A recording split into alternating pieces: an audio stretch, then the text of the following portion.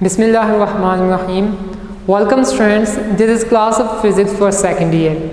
Students, in the previous lecture we were discussing about some basic concepts of current, electricity. For example, we have studied conductors, insulators, semiconductors, concept of alternating current, concept of direct current, and then we have studied the difference between conventional and electronic current. और उसके बाद students हम लोगों ने concept study किया था drift velocity of electrons in the conductor. Now students, so for we have seen कि जब कभी भी आप एक्सटर्नल वोल्टेज सोर्स किसी भी कंडक्टर के क्रॉस लगाते हो तो एक इलेक्ट्रिक फील्ड इस्टेब्लिश होती है और उस इलेक्ट्रिक फील्ड की वजह से करंट फ्लो होना स्टार्ट होता है.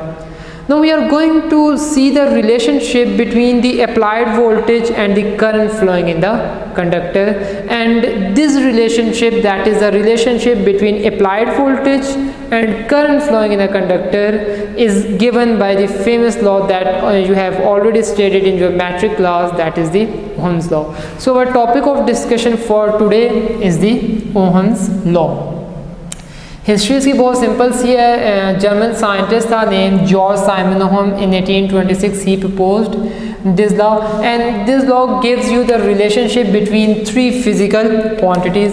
The first physical quantity is the current I flowing in the conductor, जो किसी कंडक्टर या किसी सर्किट में करंट फ्लो कर रहा है. Second is the applied voltage, जो आप लोगों ने वोल्टेज अप्लाई किया है जिसकी वजह से करंट फ्लो कर रहा है.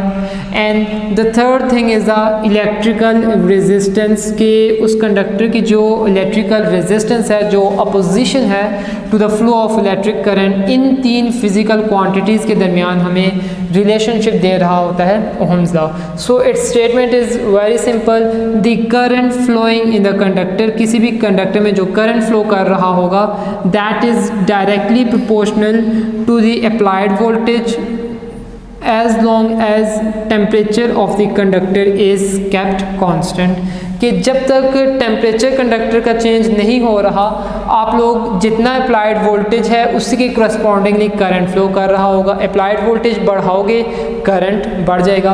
It means that current depends upon the applied voltage. So in terms of mathematics we can write that the current flowing in the conductor, the current flowing in the conductor, that is directly proportional to the applied voltage. The current flowing in the conductor is directly proportional to the applied voltage.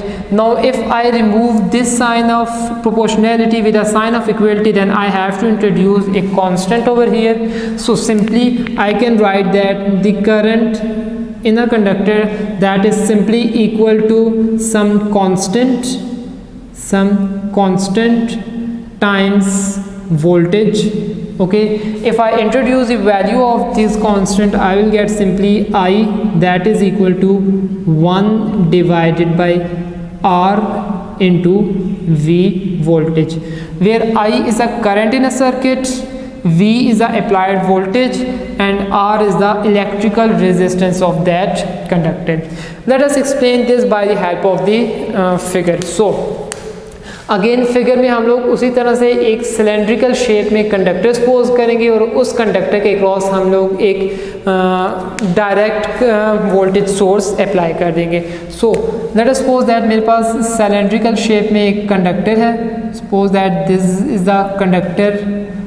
You can also consider it as a wire. So this much conductor is connected across an external voltage source. इसकी वाली side let us suppose positive terminal के साथ connected है, and its second side is connected with the negative terminal of the voltage source. So here is the complete electrical circuit. This is positive terminal and this is the negative terminal. Suppose that ये जो मैंने voltage source apply किया है ये variable है, मैं इसको change कर सकता हूँ. इन द लैब आप लोगों को ऐसे वेरिएबल वोल्टेज सोर्सेज मिलेंगे, जिस तरह जस्ट लाइक आप लोग फ़ैन के डिमर की मदद से फ़ैन की स्पीड को इंक्रीज़ या डिक्रीज़ कर रहे होते हो, सेम लाइक आप लोगों को इस तरह से वोल्टेज सोर्स मिलेगा. उसके जस्ट नॉब को रोटेट करने से आप वोल्टेज को बढ़ा भी सकते हो, वोल्टेज को कम भी कर सकते हो. सो अगर मैं कन्वेंशनल करंट की बात करूँ, so conventional current will be flowing like this word positive terminal से इनटू द सर्किट में फ्लो करेगा and from the circuit back towards the negative terminal of the battery. So the current is flowing in the circuit. I have applied the voltage V. जब ये current flow करेगा तो हर material की property है कि वो कुछ, हर कंडक्टर की ये प्रॉपर्टी है कि वो कुछ थोड़ी सी अपोजिशन ऑफर करेगा इस करंट I को. So that opposition will be the resistance of the conductor. Conductors जो होते हैं वो बहुत कम अपोजिशन ऑफर करेंगे, insulators offer enormous opposition. So that is why insulators की रेजिस्टेंस बहुत ज़्यादा होती है, कंडक्टर की रेजिस्टेंस कम होती है. सो the Ohm's law gives me the relationship between these three physical quantities, that is current in a circuit, applied voltage and the electrical resistance of the circuit. Now let us understand this Ohm's law by the help of the graph. एक graph की मदद से हम लोग इस Ohm's law को explain करते हैं. So we are going to represent the Ohm's law by the help of the graph. Since from the statement as well as from the mathematical form we can see that current and voltage are directly related and current is depending upon the voltage. It means that voltage is independent physical quantity while current is dependent physical quantity. इससे पहले आप लोग जब भी graph sketch करते थे independent physical quantity को x axis पे रखा जाता है, डिपेंडेंट फिजिकल क्वांटिटीज़ को वाई एक्सिस पे रखा जाता है. सो ग्राफ भी हम लोग कुछ इसी तरह से स्केच करेंगे. Suppose that we have the two axis here, this much is the Y axis and this much is the X axis. This much is the x-axis. Here I have origin represented by O. X-axis independent physical quantity को represent करेगा, that is the voltage. So x-axis पे मैं simply voltage ले लेता हूँ, x-axis पे voltage है and y-axis पे मैं current ले लेता हूँ. So y-axis पे मेरे पास current है, this much is the current. Okay. So now what? I can see here from the statement that current flowing in conductor is directly proportional to applied voltage. Means that मैं जैसे जैसे applied voltage बढ़ाऊंगा current बढ़ेगा, जैसे जैसे applied voltage कम करूंगा current कम होगा. So it means that at this point origin के ऊपर अगर voltage 0 है तो current भी 0 होगा, फिर voltage को मैं जैसे जैसे बढ़ाऊंगा current भी वैसे वैसे बढ़ेगा. It means that there is one correspondence. So you will get a straight line sketched between current and voltage, and this straight line makes an angle theta with the x-axis. Okay.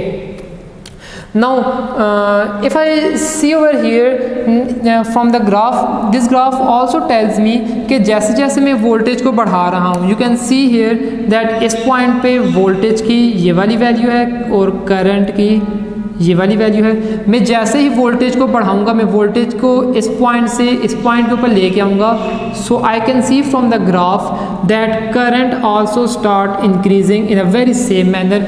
जितना voltage increase होगा exactly उतना ही current increase होगा. And this is exactly the same thing which my mathematical form is telling me. Okay, now if I complete this triangle, suppose that मैं इस triangle को complete करता हूँ और एक complete figure sketch करता हूँ. Suppose that इस point से मैं इस triangle को complete करता हूँ इस point पे. Okay, अब इससे पहले आप लोगों ने अपने फर्स्ट ईयर में चैप्टर नंबर 3 में स्लोप का कॉन्सेप्ट पढ़ा था. You have studied the concept of slope. Slope simply क्या होता है, आपके पास y divided by x value, y value y axis पे जो आप लोगों ने वैल्यू रखी हुई है divided by the x value, जो x एक्सिस पे आप लोगों ने वैल्यू रखी है. सो y एक्सिस पे यहाँ पे मैंने क्या वैल्यू रखी हुई है, that is the current I, this is the current I divided by x axis पे मैंने इसकी क्या वैल्यू रखी हुई है, simply voltage V. So it means that slope is basically equal to I divided by V. इसके अलावा अगर यहाँ पे मैं इस ट्रायंगल को देखूँ और इस ट्रायंगल से मैं tan of theta trigonometric ratio find out करूँ, so I can simply write tan of theta as you know that it is equal to perpendicular by base. So you can simply see here angle theta यहाँ पे है, ये quantity आपके पास perpendicular बन रही है since it is parallel to current axis. So my perpendicular would nothing but it would be I divided by what is base is actually my voltage, so I by V. It means that slope is equal to I by V, tan of theta is equal to I by V. So simply I can conclude that here slope is actually, or simply I can write tan of theta is what? Tan of theta is actually equal to slope, and the slope is equal to what? I divided by V. I divided by V. Okay, if I see over here, यहाँ पे v multiply हो रहा है, यहाँ पे मैं अगर v को ला के डिवाइड कर दूँ, if I write this mathematical form in this fashion, i divided by v, this will become equal to 1 divided by r, inverse of or reciprocal of resistance. So slope is what? I divided by v, and I have seen that I divided by v, it is nothing but it is what? Reciprocal of resistance, and the reciprocal of resistance is given a special name, that is the conductance,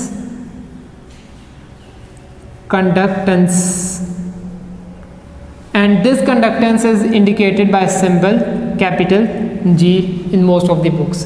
So here you have an MCQs, here you have an ET MCQ. The MCQ is simply what?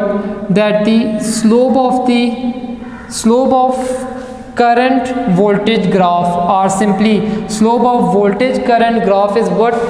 Its graph is reciprocal of resistance, or its graph is simply the conductance. So the MCQ is slope of IV graph, slope of IV graph is means current voltage graph is dash, that is the conductance. Okay, now students, अगर आप लोग इस तरह का graph हर material, हर conductor के लिए sketch करोगे तो आपको स्ट्रेट लाइन ही नहीं मिलेगी, बल्कि कुछ मटेरियल्स के लिए आपको स्टार्ट में स्ट्रेट लाइन मिलेगी, उसके बाद उस लाइन का पैटर्न चेंज हो जाएगा, मे बी स्टार्ट से ही उसका पैटर्न चेंज हो. सो यहाँ से हमारे पास दो डिफरेंट तरह की डिवाइसेस का कॉन्सेप्ट बनता है. The first devices are called as the ohmic devices, and the second sort of devices are called as the non-ohmic devices. So पहले हम दोनों को डिफाइन कर लेते हैं. सबसे पहले हम लोग ohmic devices को डिफाइन कर लेते हैं. सिंपली नेम से क्लियर है, that devices which follow the Ohm's law are called as the ohmic devices. So ohmic devices कौन सी devices होंगी? that follow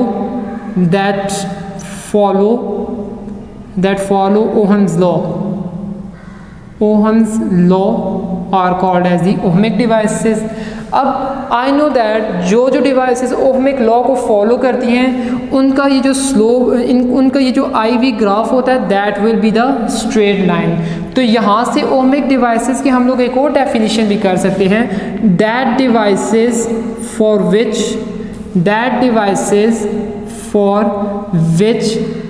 IV graph, that is current voltage graph is simply what? It is simply straight line. Okay, that is what it is, simply the straight line. And second sort of devices that I have are the non-ohmic devices.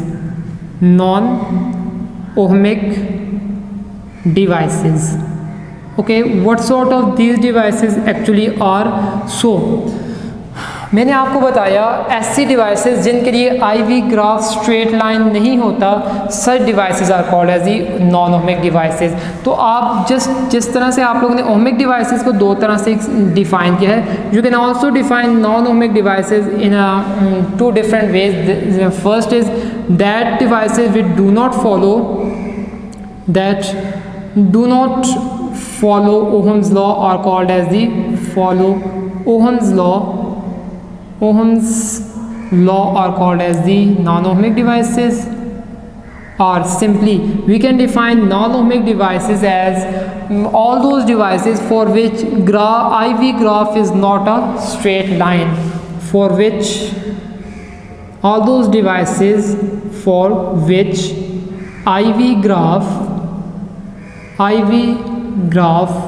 Is not a straight line, उसका pattern किसी और parabolic shape हो सकता है, किसी तरह का भी शेप हो, किसी तरह की भी शेप हो सकती है, लेकिन वो स्ट्रेट लाइन नहीं होगी. So these are called as the non ohmic devices. Okay, अब हम लोग क्या करते हैं, कुछ थोड़ी सी नॉन ओहमिक डिवाइसेस देखते हैं और उनके ग्राफ्स को देखेंगे और उनके ग्राफ्स को इस ग्राफ के साथ कंपेयर करेंगे. The first non ohmic device that is discussed in your book is the filament of electrical bulb. The first non ohmic device is filament of electrical bulb. So filament of electric bulb. So अगर आप इसके लिए students graph sketch करोगे तो graph कुछ इस तरह से आपके पास आएगा. I will explain it's reason कि इस तरह से ग्राफ क्यों आता है. Let me sketch the graph of filament of electric bulb. This is the y-axis and here I have x-axis, here I have origin. Y-axis पे once again dependent physical quantity which is current over here, और x-axis पे independent physical quantity that is voltage over here. So क्या होगा जब आप लोग इसके लिए ग्राफ स्केच करोगे, you will get the shape of graph somewhat like this. Start में थोड़ी सी स्ट्रेट लाइन लीनियर होगी, लेकिन उसके बाद ये इस तरह से बेंड कर जाएगी, बिल्कुल स्ट्रेट हो जाएगी. अब स्टूडेंट्स होगा क्या, होगा ये कि जैसे ही आप लोग वोल्टेज इंक्रीज़ कर रहे हो, सपोज दैट इस पॉइंट पे वोल्टेज था, इस पॉइंट पे वोल्टेज करंट की ये वाली वैल्यू थी. जैसे ही आपने वोल्टेज इंक्रीज़ किया, इस पॉइंट पे आए, किसी हद तक तो आपको लीनियरिटी मिली कि वोल्टेज इंक्रीज़ करने के साथ साथ करंट इंक्रीज़ कर रहा है. लेकिन जब आप लोग वोल्टेज की लार्जर वैल्यूज़ पे चले जाओगे, यहाँ पे चले जाओगे, यहाँ पे देखें वोल्टेज की मेरे पास ये वाली वैल्यू बन रही है, और अगर मैं इससे आगे थोड़े से पॉइंट के ऊपर यहाँ पे आ जाऊँ, इस पॉइंट पे आ जाऊँ, if I consider this point, then the current has been increased by this much. Here I can see that voltage has increased by the large amount, this much amount, but the current has increased with a very small amount. The reason is that जैसे जैसे आप लोग voltage बढ़ाओगे, filament of electric bulb में current बढ़ेगा. Current बढ़ेगा तो उस बल्ब में नंबर ऑफ कोलिजन्स बढ़ेंगी. कोलिजन्स बढ़ने से टेम्परेचर बढ़ेगा, और टेम्परेचर बढ़ने से इलेक्ट्रिकल रेजिस्टेंस ऐसे मटेरियल्स की इंक्रीज़ करती है. सो जैसे जैसे इलेक्ट्रिकल रेजिस्टेंस इंक्रीज़ करेगी, electrical resistance is actually the opposition to the current. तो इलेक्ट्रिकल रेजिस्टेंस इंक्रीज़ हुई, opposition to the current increase हुई, opposition to the current increase होगी तो मीन्स कि करंट जो है वो डिक्रीज़ हो जाएगा. So here I can see that current उस अमाउंट से नहीं इंक्रीज़ कर रहा जिस अमाउंट से वोल्टेज इंक्रीज़ कर रहा है. सो आई कैन सी दैट कि जो आई वी ग्राफ है for the filament of electric bulb, that just bends over on the larger values of voltage. Smaller values of voltage के ऊपर लीनियर ग्राफ मिल रहा है ऑलमोस्ट, लेकिन लार्जर वैल्यूज़ ऑफ वोल्टेज के ऊपर मेरे पास ग्राफ जो है वो बेंड करके जा रहा है. Now here I have ETIA 1 to 2 ETIA MCQs which I want to discuss with you. The first one is the slope of IV graph for filament of electric bulb at larger values of V. Larger values of V के ऊपर जो IV graph है for filament of bulb at larger values of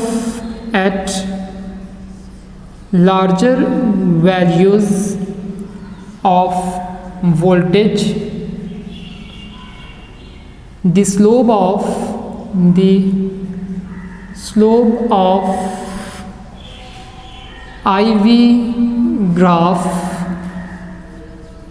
for filament of bulb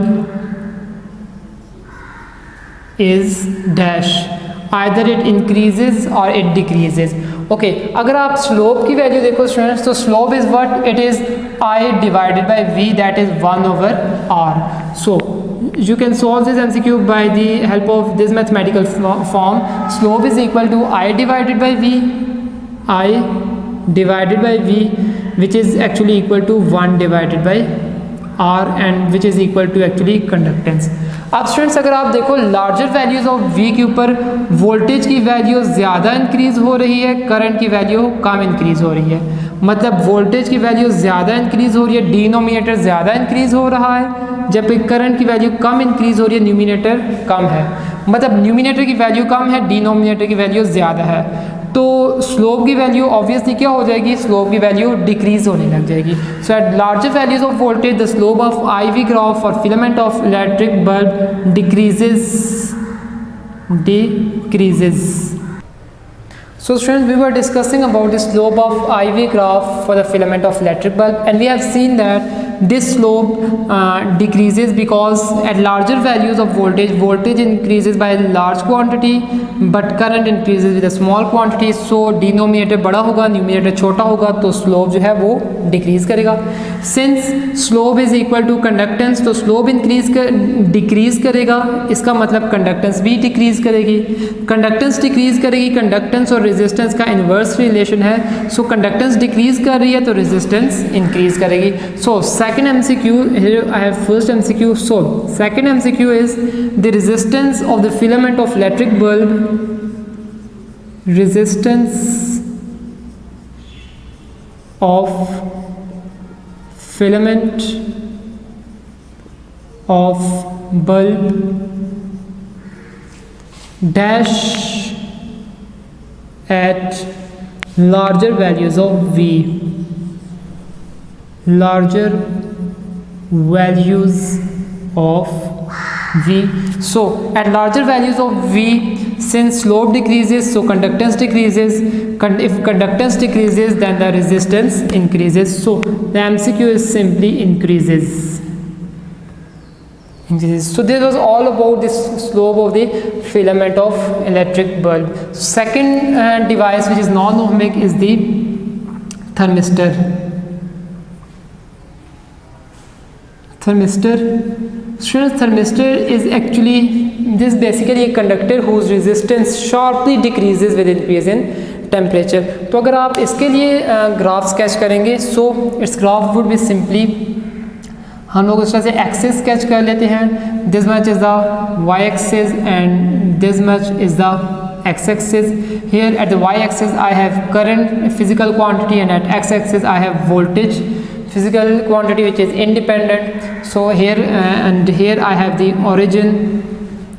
Okay, thermistor ऐसी device है जैसे जैसे इसका temperature increase करेगा रेजिस्टेंस डिक्रीज करेगी. रेजिस्टेंस डिक्रीज करेगी मतलब opposition to the electric current decrease होगी. Opposition to the electric current decrease होगी मतलब कि करंट बढ़ जाएगा सर्किट में. So its graph would be somewhat like this कि जैसे जैसे आप वोल्टेज इंक्रीज करोगे तो करंट की वैल्यू एक पॉइंट के ऊपर शार्पली इंक्रीज करेगी. Here we can see that कि with increase in voltage the current starts increasing. जैसे जैसे करंट इंक्रीज होगा तो मतलब चार्जेस की आपस में नंबर ऑफ कलिजन्स बढ़ेंगी. कलिजन्स बढ़ने की वजह से टेम्परेचर जो है कंडक्टर का, we have discussed heating effect of the electric current के. हीटिंग इफेक्ट इसी वजह से होता है क्योंकि कलिजन्स होती हैं. कलिजन्स बढ़ने की वजह से टेम्परेचर बढ़ेगा और थर्मिस्टर डिवाइस ही ऐसी है कि जिसका टेम्परेचर बढ़ने की वजह से उसकी रेजिस्टेंस कम हो जाती है, करंट बढ़ जाता है. So we can see that कि जैसे जैसे टेम्परेचर बढ़ेगा फ़ौरन से जो इलेक्ट्रिक करंट या सर्किट है वो फ़ौरन से राइज करने लग जाएगा.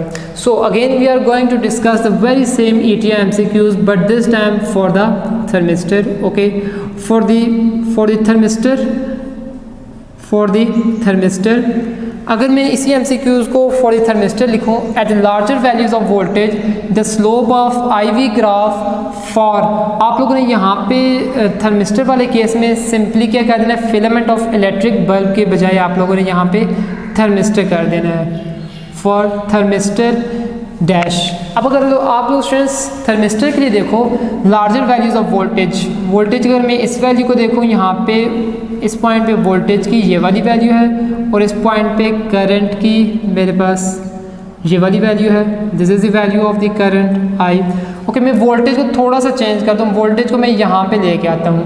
सो अगर इस पॉइंट में करंट की वैल्यू देखूँ, सो इट मीन्स ये करंट की मेरे पास वैल्यू आएगी.